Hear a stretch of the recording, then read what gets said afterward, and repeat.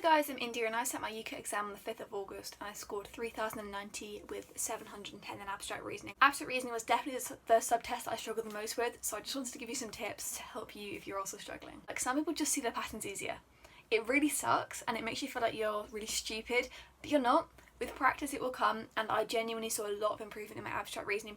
Made a list of all the patterns I saw, so anything I got right or wrong. I think I had 8 or 9 pages of patterns at the end, and I didn't do this, but I've heard this as a tip and I kind of wish I had, is to write down all the distractors you see. So they use different things in the abstract reasoning to distract you to off-put.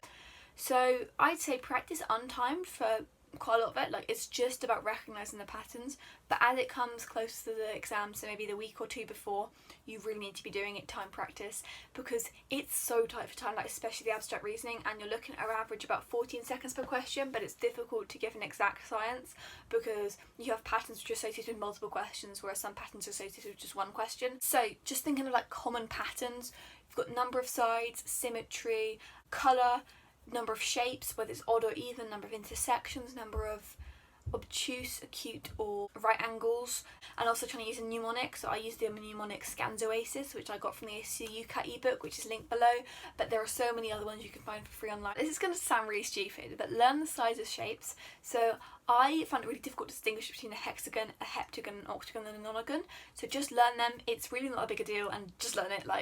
And in terms of a plus sign and an arrow, just how many sides they have, and then looking at more basic geometry, like how many lines of symmetry does it have, how many right angles. So in the exam I tended to look for only one pattern, so there's normally a couple of patterns in each abstract reasoning pattern, but I just looked for one. As soon as I found that, I answered the questions on that, because I just didn't have the time to check for every type of pattern. So I did that, and any that I was really stuck on, I just was like, I don't know, I flagged and skipped.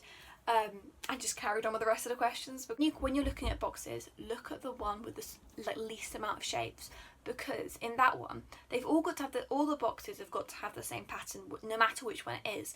But the less shapes it has, the fewer the distractors it has, which is ultimately better for you, because you just get the concise version of what it's going to be. So that really was a lifesaver for me. So you will get there. It is hard. I did find abstract reasoning really hard, and some people seem to just get it quicker than I do, and it is difficult, but you've got this. Best of luck in your UCAT exam, and fingers crossed.